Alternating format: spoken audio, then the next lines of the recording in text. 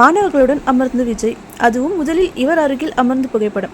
தவேகா கட்சி சார்பில் தமிழ்நாடு மற்றும் புதுச்சேரியில் தொகுதி வாரியாக 10 மற்றும் 12ஆம் வகுப்பு பொதுத் தேர்வில் சிறந்த மதிப்பெண்கள் பெற்ற மாணவ மாணவிகளை கௌரவிக்கும் விதமாக கல்வி விருது வழங்கும் விழா சென்னையில் உள்ள திருவான்மையூரில் ஸ்ரீ ராமச்சந்திரா சென்டரில் பாராட்டு விழா தொடங்கியுள்ளது.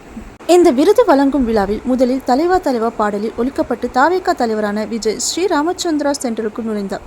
மேலும் உள்ளே வந்தவுடன் முதல்வராக 4 நேரில் ஜாதி ஆதிக்கத்தால் கொடூரமாக பாதிக்கப்பட்ட சிறுவன் சின்னத்துரை அருகில் அமர்ந்து புகைப்படம் எடுத்துக்கொண்டார்.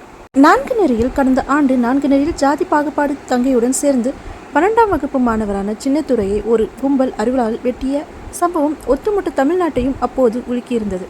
அதன் பிறகு அந்த மாணவர் இந்த ஆண்டு 12ஆம் வகுப்பு பொதுத் தேர்வில் 469 மதிப்பெண்கள் எடுத்து அபார தேர்ச்சி பெற்றிருந்தார். தற்போது அரங்கில் வந்தவுடன் முதல் ஆளாக அந்த 4 நெறி மாணவரின் அருகில் தவேகா தலைவரான விஜய் அமர்ந்து கொண்டு புகைப்படம் எடுத்துக்கொண்டார். மேலும் அதை தொடர்ந்து அங்கு வருகை தந்த அனைத்து இடத்திலிருந்து மாணவர்களிடம் மத்தியில் அமர்ந்து புகைப்படம் எடுத்துக்கொண்டார். என் பேர் சுமையா பானு. நான் 540 மார்க் 12th எடுத்திருக்கேன்.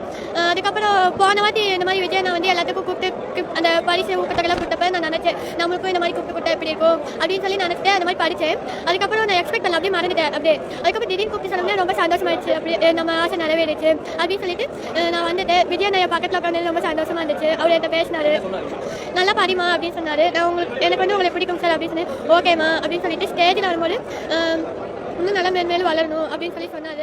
ஓகே சார் அப்படின்னு சொல்லிட்டு அப்புறம் அவர் பார்த்தது எனக்கு வார்த்தை வரல. அப்புறம் எங்கள் அம்மா தான் உங்களை எங்கள் பொண்ணுக்கு ரொம்ப பிடிக்கும் அப்படின்லாம் சொல்லி சொன்னாங்க சார்.